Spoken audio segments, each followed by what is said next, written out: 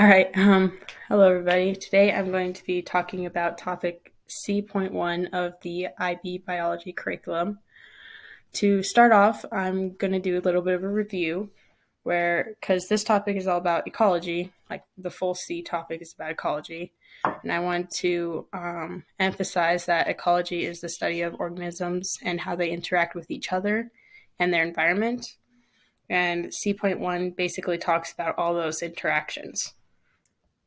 So the first interaction is between a species where it lives, and these are called limiting factors. And limiting factors restrict the distribution of a species. And there are two types. There's abiotic and biotic limiting factors. Remember that abiotic means non-living, while biotic means living. Some abiotic limiting factors are things like temperature, light, water, and pH. An example of this would be like a polar bear. Polar bears live very efficiently in cold temperatures, but if you were to place a polar bear in the desert, it would not survive as well.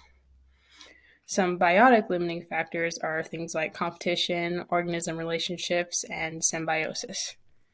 An example of this would be if you were to lower the amount of deer in an area with a certain amount of wolf packs also in that area, the wolves would have to compete for the small amount of food. Another organism's reaction or interaction, not reaction, to pay attention to is an organism's ecological niche. A niche is kind of like a job that an organism takes in the environment it is in. This can cause some competition if two organisms were to have the same niche.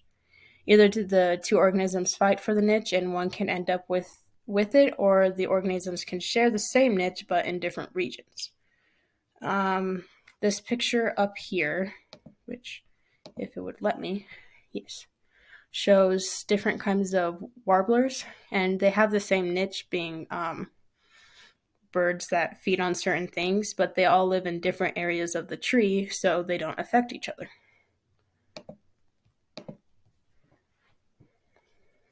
right. Some other interactions between species is called symbiotic relationships. There are three kinds of symbiotic relationships that I am sure you have heard of. The first one is commensalism. This is where one organism is affected while the other is not affected, or one organism is benefited while the other is not affected. So an example of this would be a shark and Dos remora suckerfish. The fish gets a free ride and food off of the shark, while the shark doesn't really get anything from it. The next symbiotic relationship is mutualism. This is where both organisms benefit from the interaction. An example of this would be like coral and algae. The algae that lives inside the coral serves as its kind of like the coral serves as its protection, and the algae provides the coral with oxygen and glucose from when it does photosynthesis.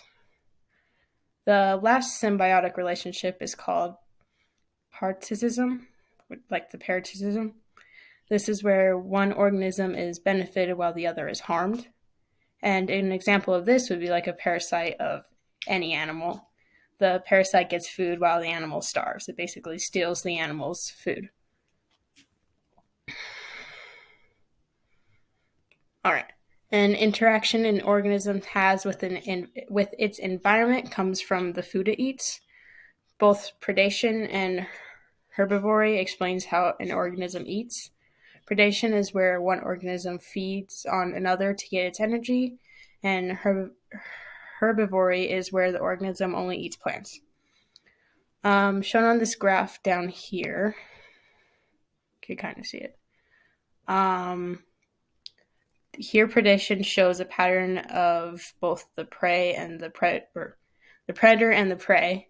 As the amount of prey rises, which you can see with this purple line, so does the amount of predators with this pink line. And because there's a rise in predators, the amount of prey drops.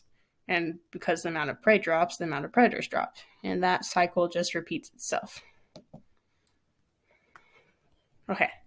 The last thing I have to mention is a keystone species. This is a species that has a wide effect on its ecosystem's abundance of other species. An example of this would be the Yellowstone wolves.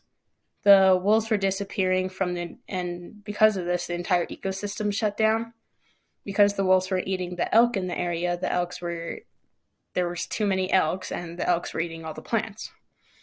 But when they reintroduced the wolves, the amount of elks went down, and its ecosystem was able to reset. This shows that the wolves were important for the entire ecosystem, not just where they live. I don't know how much time that's been. That's all for C.1 of the IB curriculum. So thank you for watching.